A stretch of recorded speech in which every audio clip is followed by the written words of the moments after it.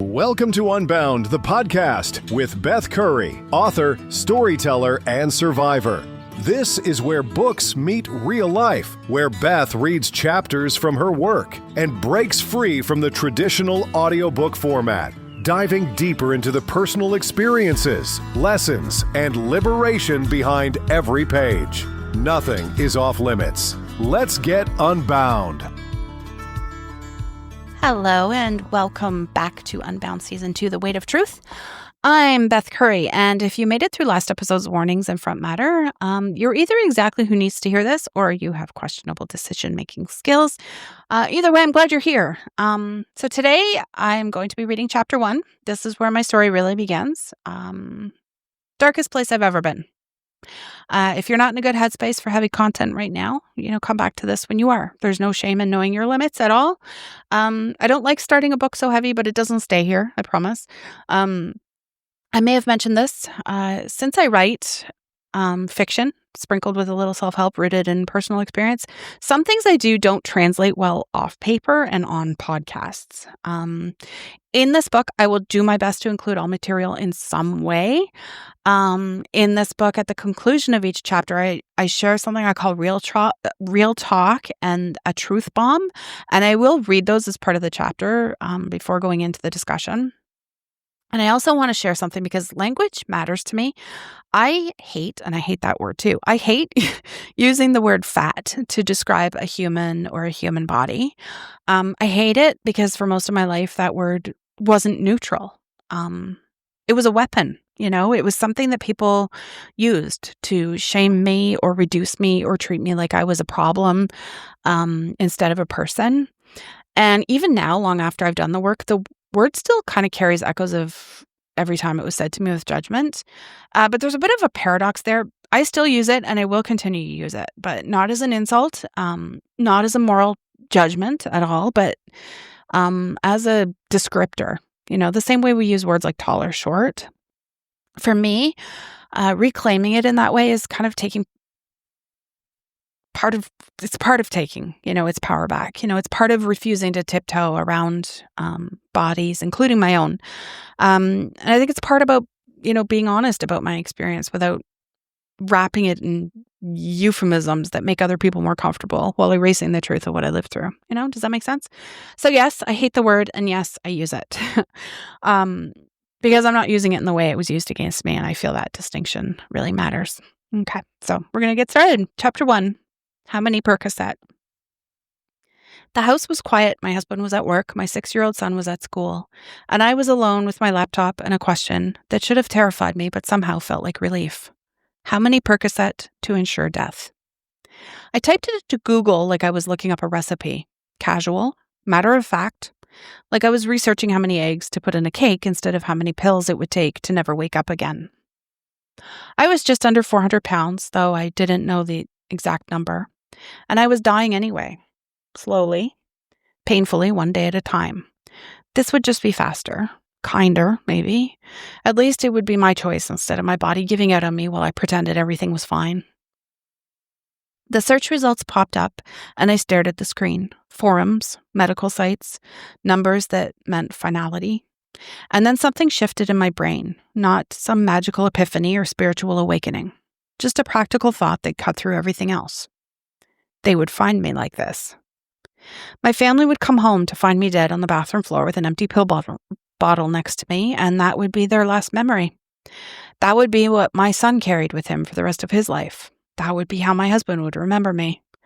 And suddenly that felt more unbearable than staying alive. I closed the laptop.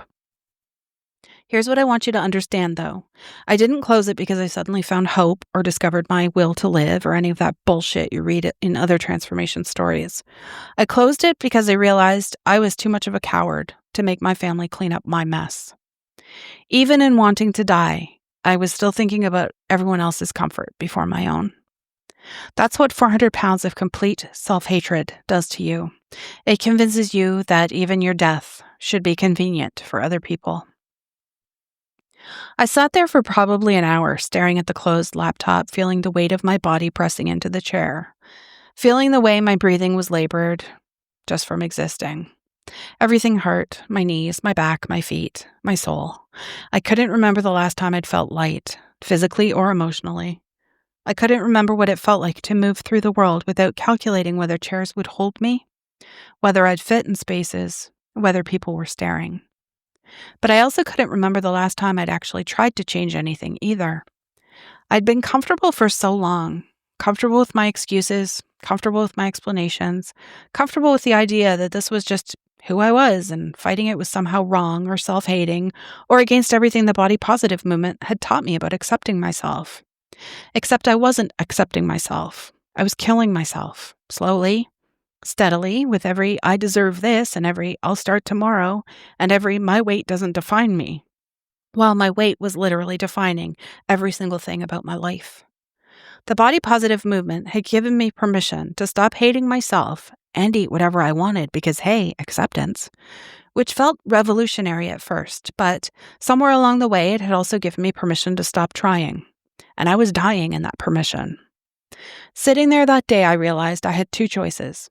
I could ask for help, real help, uncomfortable help, the kind that would require me to get honest about what I was doing to myself. Or I could keep living in this slow motion suicide and hope my family would forgive me when my body finally gave up. I picked up my phone and called my husband. Not because I was suddenly brave or inspired or ready to change my life, because I was tired of being afraid. Tired of carrying around a body that felt like a prison. Tired of lying to myself about what self-love actually meant. I still remember it well. I was standing behind my recliner in the living room with my hand picking at the perfect black leather. The chair was in relatively good shape considering the amount of sitting I did on it, save for my ass print. The coolness of the material against my hand, me sweating profusely though, because for some reason, I was afraid for the first time my husband of 14 years wouldn't understand or support me. That phone call didn't save my life, but it was the first time in years I've admitted that my life was worth saving. And that, as it turns out, was enough to start with. Real talk questions. What's the darkest thought you've had about your body or weight that you've never said out loud? Write it down right now. Not because you want to feel like shit and beat yourself up, but because secrets keep us sick. And if you're reading this book, you're probably tired of being sick. Who would find you if you gave up? Sometimes that's what saves us. I'm not asking to guilt trip you. I'm asking because sometimes the thing that keeps us alive long enough to want to live isn't self-love. It's not wanting to fuck up someone else's life with our pain. On a scale of 1 to 10, how close are you to your breaking point right now? If you answered 7 or higher, please put this book down and call someone. A doctor, a friend, a crisis line. Email me and I will send you my number. Just reach out to anyone. This book will still be here when you're ready for it. But right now, you need a human being who can help you breathe. If you've answered 6 or lower, keep reading. We've got work to do. Truth bomb. You don't have to wait until you almost die to decide your life is worth fighting for. But if you're reading this, because you're close to that edge, I want you to know something. Asking for help isn't giving up. It's the first brave thing you'll do on your way to becoming who you're supposed to be. And who you're supposed to be is not someone who settles for slowly dying because it's more comfortable than admitting you want to live. So that's where we start, rock bottom.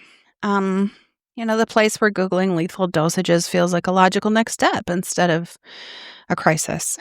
So I want to talk about something I wrote about in there that might have caught your attention, and that's the part about being too much of a coward to leave my family with that mess.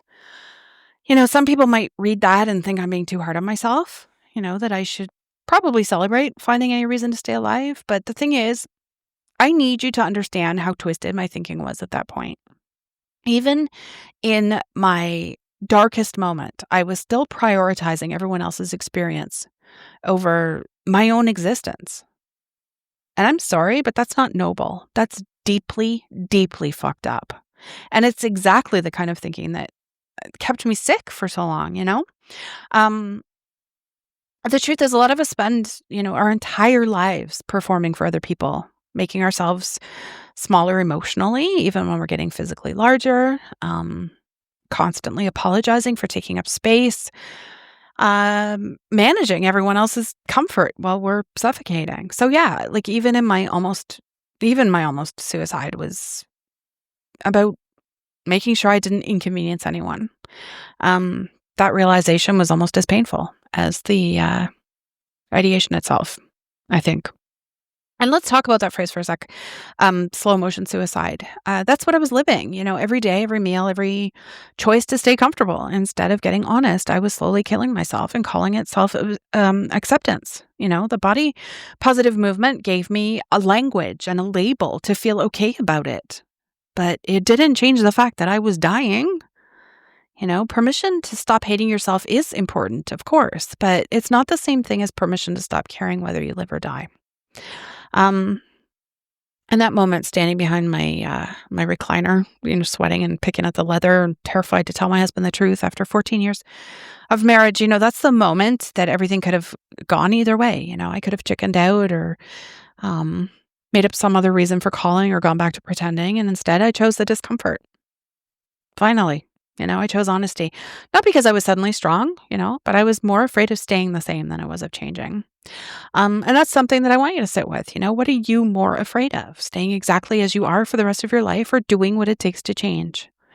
Because until the fear of staying the same outweighs the fear of changing, nothing's going to shift. You'll just keep telling yourself, I'll start Monday, I'll start January 1st, whatever. You'll keep making excuses and you'll keep finding reasons why now isn't the right time. And then I asked some hard questions in the section, the real talk questions about your darkest thoughts and who would find you and how close you are to breaking. Those aren't rhetorical. If you're listening to this and something in this chapter hit too close to home, I meant what I said. You can reach out. You can call someone. You can email me. Unbound podcast at actually do author Beth Curry at gmail.com. I'm on that one more and I will send you my number. This work I'm doing here, this sharing, it only matters if it helps someone stay alive long enough to do the work. You don't have to wait until you're Googling pill counts to decide if you're worth fighting for. You can decide right now, today, this moment, this very second, not because you suddenly love yourself or feel inspired or found hope, but because you're tired of being afraid. That's enough. It was enough for me. It can be enough for you. Next episode, we'll talk about what happened after that phone call. Actually, no. We're going to go back further. We're going to talk about where it all kind of started, how being the fat kid, built the foundation for everything that came after. I don't think you can understand how I got to 400 pounds without understanding where it all began. And before I let you go, if you want to discuss this episode with others, I have a Facebook group. The link is in the show notes. As always, my content is completely free because I believe access to these stories shouldn't depend on your bank account. But if you've been moved by this episode or appreciate that this work is freely available, I have a Coffee account. Support info is in the contact notes. I also accept e-transfer or PayPal. No pressure, though, whether you contribute or not. Just you being here is what matters. I say that all the time, and that is the most genuine thing, but I have to say the other stuff. If this chapter brought up any difficult feelings, please take care of yourself. Talk to someone. Can be me, too. I'm very busy, but I do my best for people. Don't sit alone in the darkness. Thank you for being here, and I'll see you in the next episode. Thanks for listening to Unbound with Beth Curry. Join the conversation in the Facebook group or visit audiobook.com. Want to support the show? Head to ko-fi.com/unbound podcast. Until next time, stay unbound.